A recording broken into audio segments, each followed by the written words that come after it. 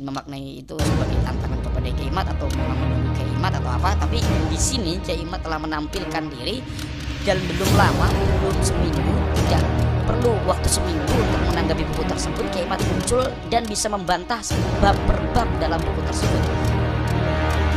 Kemudian tidak punya kompetensi dalam ilmu nasab. Yang punya kompetensi siapa? Kita. Silahkan undang Dewi Wali Songo SMS, jangan bahas nasab. Yang hasilnya ketakutan Dewi Wali Songo tidak jadi kan. Nah, sekaligus saja nih pada kesempatan malam hari ini, siapa saja dari universitas yang ada di Indonesia yang bersedia untuk menjadi tuan rumah, silahkan undang kami, saya dan kami lainnya untuk membahas. Nah, sekarang misalnya universitas di mana saja, yang penting sifatnya ilmiah.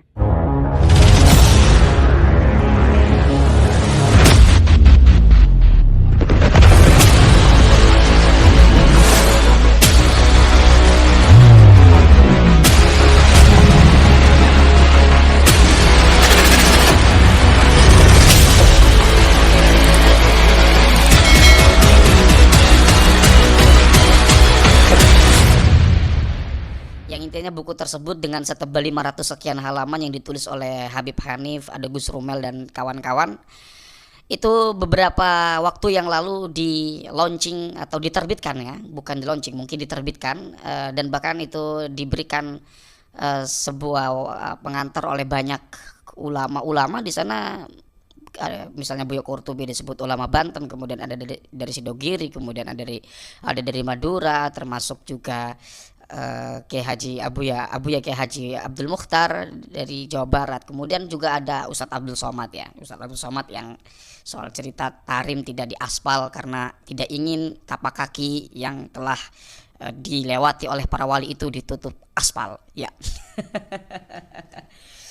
Jadi ungkapan Abdul Somad yang demikian itu meruntuhkan klaim Rocky Gerung yang pernah mengatakan UAS Ustadz akal sehat. Karena apa yang disampaikan oleh UAS ketika bercerita tentang Yaman katanya tidak diaspal karena demikian dan demikian, ya itu kan ya Anda pikir sendiri masuk akal atau tidak ya. Oke, kita balik ke pembahasan tentang buku setebal 500 halaman yang itu di hadapan Kiai Imad ternyata ya sama sekali tidak bisa merungkatkan Kiai Imad ya. Malah Kiai Imad banyak membantah di dalam buku tersebut. Tapi satu hal yang penting adalah buku tersebut memang mesti diapresiasi, karena daripada kita harus caci maki, daripada kita harus mengatakan hal-hal tidak baik, jadi sebaiknya harus dibantah melalui kitab ya, sekalipun kitab itu pada akhirnya dibantah lagi. Ini tentu baik untuk terjalinnya sebuah dialektika atau sebuah diskursus yang kemudian itu bisa menambah wawasan kita dalam sebuah khazanah pengetahuan. Tetapi yang tidak baik itu adalah terjadi framing di dalamnya. Maka ini saya mohon untuk tidak dilakukannya agar supaya kita fokus terhadap mahalun niza, yaitu tentang bagaimana eksistensi Ubaidillah di masa lalu. Apakah beliau atau dia Ubaidillah ini terhubung sebagai putra dari Ahmad bin Isa. Nah, yang kemudian menjadi menarik dalam diskursus semalam antara Kiai Imad dengan Kang Rifki di dalam channel Gus Fuad Pleret, Kiai Haji Ahmaduddin Osman Al-Bantani mengatakan bahwa dia meminta atau menginginkan untuk bagaimana kampus-kampus di Indonesia ini menjadi fasilitas untuk memfasilitori atau menjadi fasilitator ya terjadinya diskusi antara Kiai Haji Ahmaduddin Osman Al-Bantani dengan Rabi'atul Alawiyah. Nah, ini tentu kabar baik ya. Jadi kita menginginkan netizen sebagaimana juga teman-teman agar terjadinya sebuah diskusi yang sehat, diskusi yang menyehatkan kita terlepas dari bagaimana hasilnya. Jadi balik lagi soal hasil, apakah Ba'alwi keturunan Rasul atau tidak, itu tidak terlalu penting. Yang meyakini akan tetap meyakini, ya jadikan ianya sebagai sebuah keyakinan. Tetapi jangan sampai akal sehat dikebiri, kemudian daya berpikir, nalar kritis dan kajian semacamnya itu terlepas dari pro kontra itu dikebiri, dilemahkan. Saya tidak mengatakan itu terjadi, tetapi dengan banyak sekali kolom komentar yang kita temukan, wabil khusus dalam channel saya, di mana panas sekali suasana di sana. Ini menjadi tanda tentang bagaimana gambaran masyarakat kita. Nah, saya inginkan adalah Anda sepakat atau tidak dengan kajian Kiai Imad, bahkan Anda sepakat atau tidak dengan apa yang dilontarkan oleh bantahan-bantahan dari habaib. Itu menjadi hal yang wajar ketika ada pro kontra di dalamnya. Yang terpenting adalah tentang bagaimana cara kita menyikapi dengan cara yang baik. Begitu ya. Belum lama ini kan ada video Buya Qurtubi yang katanya Kiai Imad nantang UAS, kemudian nantang Buya Yahya dan semacamnya. Dan Buya Qurtubi mengatakan mudah-mudahan ada videonya gitu ya, kurang lebih ya. Saya terserah teman-teman ingin memaknai itu sebagai tantangan kepada Kiai Imad atau memang menunggu Kiai Imad atau apa, tapi di sini Kiai Imad telah menampilkan diri dan belum lama, belum seminggu, tidak perlu waktu seminggu untuk menanggapi buku tersebut, Kiai Imad muncul dan bisa membantah bab per bab dalam buku tersebut dengan setebal 500 halaman. Saya tidak mengatakan semua itu dibahas satu persatu oleh Kiai Imad karena kan durasinya cuma 1 jam 20 sekian menit. Tetapi Kiai Imad mengatakan bahwa dalam video tersebut beliau ingin berdiskusi dengan pihak Rabithah Alawiyah. Ya mungkin Rabithah Alawiyah bisa mengutus atau mengirimkan surat legalitas atau legitimasi atau apa namanya, surat resmi lah, di mana surat tersebut mendelegasikan utusan-utusannya untuk berdebat dengan Kiai Haji Imaduddin Utsman Al-Bantani tentang keabsahan nasab Ba'alwi atau tentang keterputusan nasab Ba'alwi atau tentang ketersambungan nasab Ubaidillah kepada Ahmad bin Isa atau tentang bagaimana status nasab Ba'alwi setelah didiskusikan atau setelah adanya diskursus hari ini. Gitu ya. Jadi dalam sebuah video 1 jam lebih itu, sebagaimana ada teman-teman lihat, bagi teman-teman yang melihat, ya, di mana Kiai Imad itu merunutkan argumen-argumen, diantaranya juga ada suhra wal istifadhah dan semacamnya. Yang paling menarik adalah ketika Kiai Imad mengatakan ingin adanya diskusi, maka status Kiai Imad yang selama ini sering dikatakan oleh netizen sebagai al-kaburi, maka mohonlah berbesar hati, sedikit bijaksana untuk bagaimana menyimak Kiai Imad.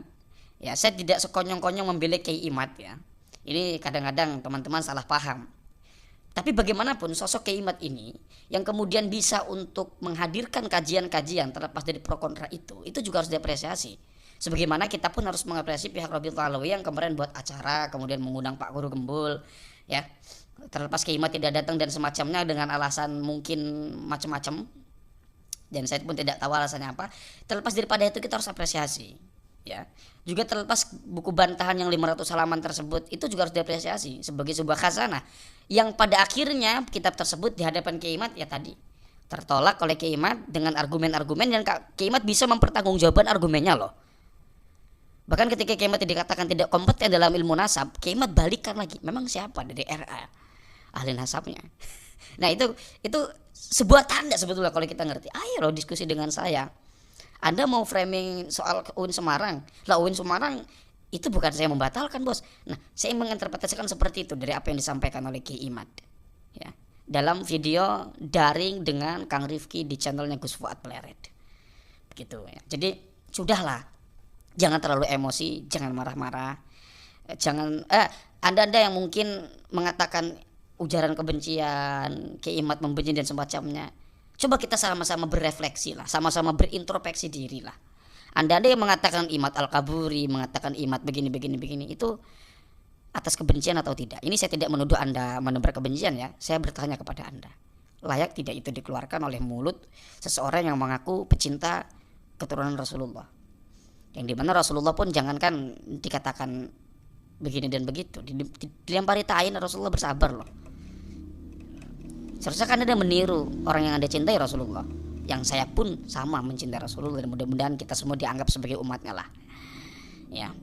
Dan mohon ini harus disikapi dengan bijaksana karena kita tidak perlu bicara teori filsafat atau teori tasawuf atau teori untayan-untayan dari para ulama untuk cara bagaimana kita bijaksana. Kita terlalu besar untuk berbicara itu. Kita terlalu dewasa untuk berbicara itu. Anak-anak SD mungkin yang SMP, SMA, anak-anak maba kuliah baru bicara tentang teori agar supaya kita bisa menyikapi segala hal dengan bijaksana.